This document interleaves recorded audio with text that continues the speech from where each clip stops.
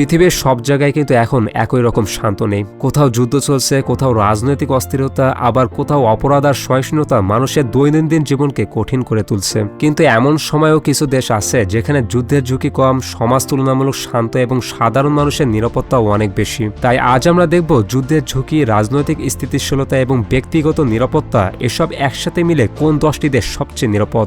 তালিকা 10 নম্বরে আছে জাপান।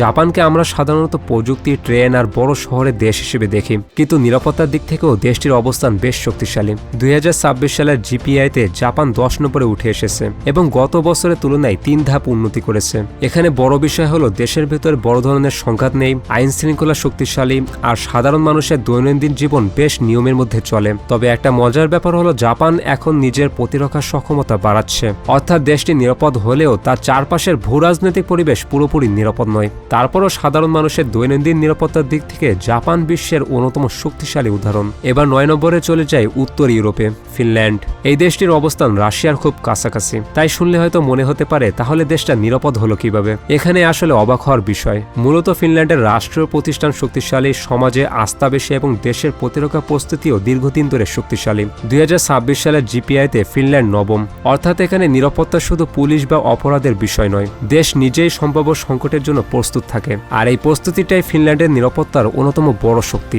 এবার 8 নম্বরে এমন একটা দেশ যেটা আয়তনে ছোট কিন্তু নিরাপত্তার দিক থেকে বিশাল, সিঙ্গাপুর। শহরের রাস্তায় আইন মানার প্রবণতা, শক্তিশালী প্রশাসন, কম অপরাধ আর খুব ভালোভাবে পরিচালিত পাবলিক সিস্টেম সব মিলিয়ে দেশটি অত্যন্ত নিরাপদ।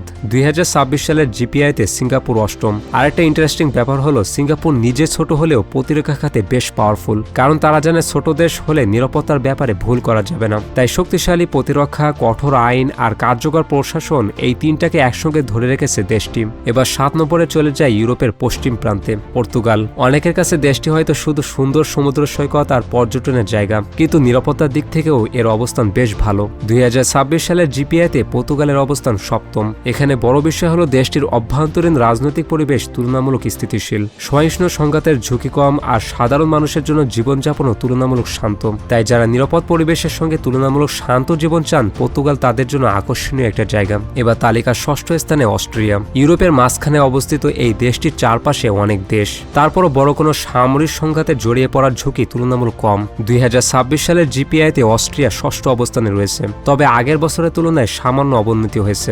দেশটির শক্তির জায়গা হলো স্থিতিশীল প্রতিষ্ঠান, তুলনামূলক কম সহিষ্ণুতা, ভালো সামাজিক নিরাপত্তা এবং দীর্ঘদিনের রাজনৈতিক স্থিতিশীলতা। অর্থাৎ নিরাপদ দেশ মানে ঝুঁকিহীন দেশ নয়, বরং পার্থক্য হলো ঝুঁকি তৈরি হলে সেটাকে সামলানোর মতো ব্যবস্থা কতটা শক্তিশালী। 5 নম্বরে আছে আয়ারল্যান্ড। ইউরোপের এই ছোট দেশটি বেশ কিছু কারণে নিরাপদ জীবনযাপনের জন্য পরিচিত।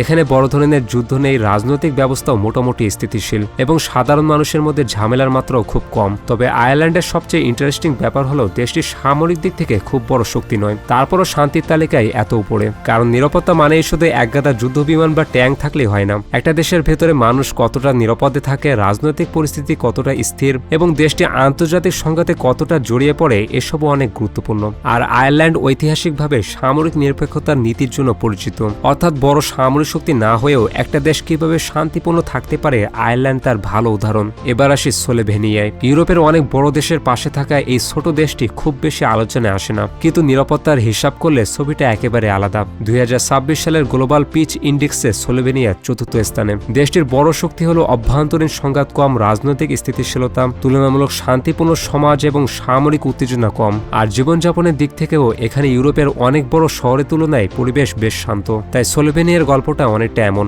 দেশটা খুব বড় নয়, সামরিক পরাশক্তিও নয়, কিন্তু সাধারণ মানুষের জন্য স্থিতিশীল একটা পরিবেশ তৈরি করতে পেরেছে। এবার তালিকার 3 নম্বরে আছে সুইজারল্যান্ড। সুইজারল্যান্ডের নাম শুনলে আমরা ব্যাঙ, পাহাড় আর ঘড়ির কথা ভাবি, কিন্তু নিরাপত্তার দিক থেকেও দেশটির অবস্থান অসাধারণ। এখানে একটা গুরুত্বপূর্ণ ব্যাপার আছে, সুইজারল্যান্ড সামরিকভাবে দুর্বল কোনো দেশ নয়। দেশটির নিজস্ব প্রতিরক্ষা ব্যবস্থা আছে আর দীর্ঘদিন ধরে তারা সম্ভাব্য সংকটের জন্য প্রস্তুত থাকার উপর গুরুত্ব দিয়েছে। একই সঙ্গে দেশের প্রতিষ্ঠান শক্তিশালী, রাজনৈতিক ব্যবস্থা স্থিতিশীল আর অভ্যন্তরীণ বড় ধরনের সহিষ্ণুতার ঝুঁকি কম। তবে সুইজারল্যান্ডও পুরোপুরি ঝুঁকিমুক্ত নয়, অবশ্য কোনো দেশই নয়, কিন্তু ঝুঁকির মাত্রা এবং সেটাকে সামলানোর সক্ষমতার জায়গায় দেশটি অনেক এগিয়ে। এবার চলে যায় পৃথিবীর একেবারে অন্য প্রান্তে, নিউজিল্যান্ড। দেশটির অবস্থানই এর নিরাপত্তার একটা বড় সুবিধা। দেশটি বিশ্বের ঝামেলাকারী দেশগুলো থেকে অনেক দূরে। এর সঙ্গে যোগ হয়েছে রাজনৈতিক স্থিতিশীলতা, কম সহিষ্ণুতা, শক্তিশালী প্রতিষ্ঠান এবং সাধারণ মানুষের জন্য খুবই নিরাপদ সামাজিক পরিবেশ। আর নিউজিল্যান্ডের আরেকটা বড় সুবিধা হলো দেশটির জনসংখ্যা ভালোই কম এবং কোনো প্রতিবেশী দেশের সঙ্গে স্থল সীমান্ত নেই। তবে একটা বিষয় মাথায় রাখতে হবে, ভূমিকম্পের মতো প্রাকৃতিক দুর্যোগের ঝুঁকি নিউজিল্যান্ডে আছে।